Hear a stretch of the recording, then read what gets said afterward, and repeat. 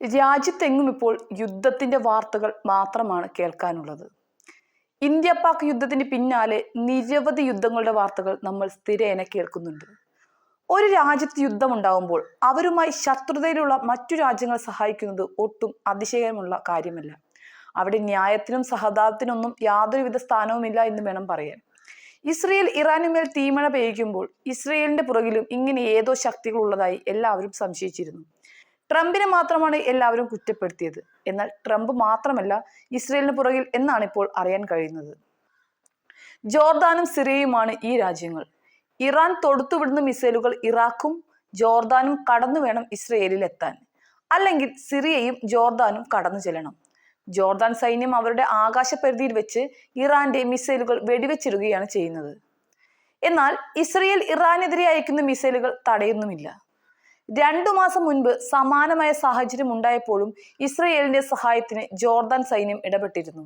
ജോർദാനിലെ അബ്ദുള്ള രണ്ടാമൻ രാജാവും ഇസ്രയേൽ പ്രധാനമന്ത്രി ബെഞ്ചമിൻ നെതന്യാഹുവും അടുത്ത സുഹൃത്തുക്കളാണ്. സിറിയയ്ക്ക് മുകളിലൂടെ വന്ന ഇറാന്റെ മിസൈലുകൾ തങ്ങൾ തകർത്തുവെന്ന് ഇസ്രയേൽ സൈന്യം പറയുന്നുണ്ട്.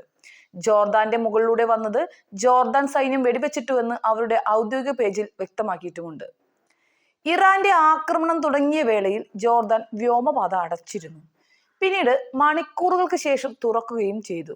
ഇത് ഇസ്രയേലിനെ സഹായിക്കാനായിരുന്നു എന്നാണ് റിപ്പോർട്ടുകൾ പറയുന്നത്. തങ്ങളുടെ ആകാശം യുദ്ധഭൂമിയാക്കാൻ അനുവദിക്കില്ല എന്നാണ് ജോർദാന്റെ നിലപാട്. 1994 ഇസ്രയേലുമായി സമാധാന കരാർ ഒപ്പുവെച്ച അയൽ രാജ്യമാണ് ജോർദാൻ. പ്രവാചക പരമ്പരയിൽപ്പെട്ട വ്യക്തിയാണ് അബ്ദുള്ള രാജാവ് എന്നും പറയപ്പെടുന്നുണ്ട്. അതേസമയം സിറിയ ചെയ്യുന്നത് മറ്റൊന്നാണ്.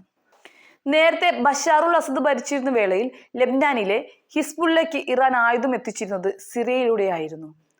അടുത്തിടെ വിമതർ ഭരണം പിടിക്കുകയും അസദ് രാജ്യം വിടുകയും ചെയ്തതോടുകൂടി ഇറാൻ അവിടെയും ഒറ്റപ്പെടുകയാണ് ഉണ്ടായത്. അസദ് ഷിയ വിഭാഗക്കാരനും പുതിയ പ്രസിഡന്റ് അഹമ്മദ് അൽ ഷർഹ സുന്നി വിഭാഗത്തിൽപ്പെട്ട വ്യക്തിയുമാണ്.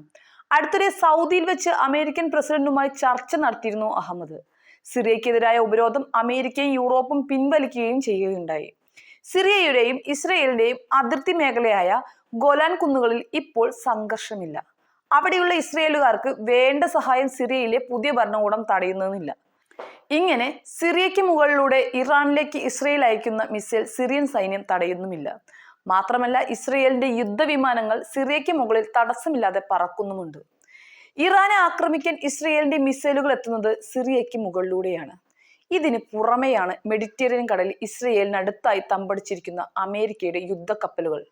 എത്ര ഉയരത്തിൽ പോകുന്ന മിസൈലുകളും വെടിവെച്ചിടാൻ കഴിവുള്ള SM-2 പോലുള്ള പ്രതിരോധ സംവിധാനം ഈ കപ്പലിലുണ്ട്. താഡ് മിസൈൽ പ്രതിരോധ സംവിധാനം അമേരിക്ക ഇസ്രയേലിന് കൈമാറിയിട്ടുമുണ്ട്. ഇസ്രയേലിന്റെ അയൺ ഡോം, ഡേവിഡ് സ്ലിംഗ്, ആരോ എന്നിവയ്ക്ക് പുറമെയാണിത്. ചുരുക്കി പറഞ്ഞാൽ 4 ചുറ്റിലും കവചമൊരുക്കിയാണ് ഇറാനെ ഇല്ലാതാക്കാൻ ഇസ്രയേൽ ഒരുങ്ങിത്തിരിച്ചത്. ഇസ്രയേലിന് ഇറാൻ നേരെ എന്ത് വേണമെങ്കിലും ചെയ്യാം. അതേസമയം ഇറാൻ ഒന്ന് വിരൽ അനക്കിയാൽ അത് ഇസ്രയേൽ അറിയുകയും ചെയ്യും.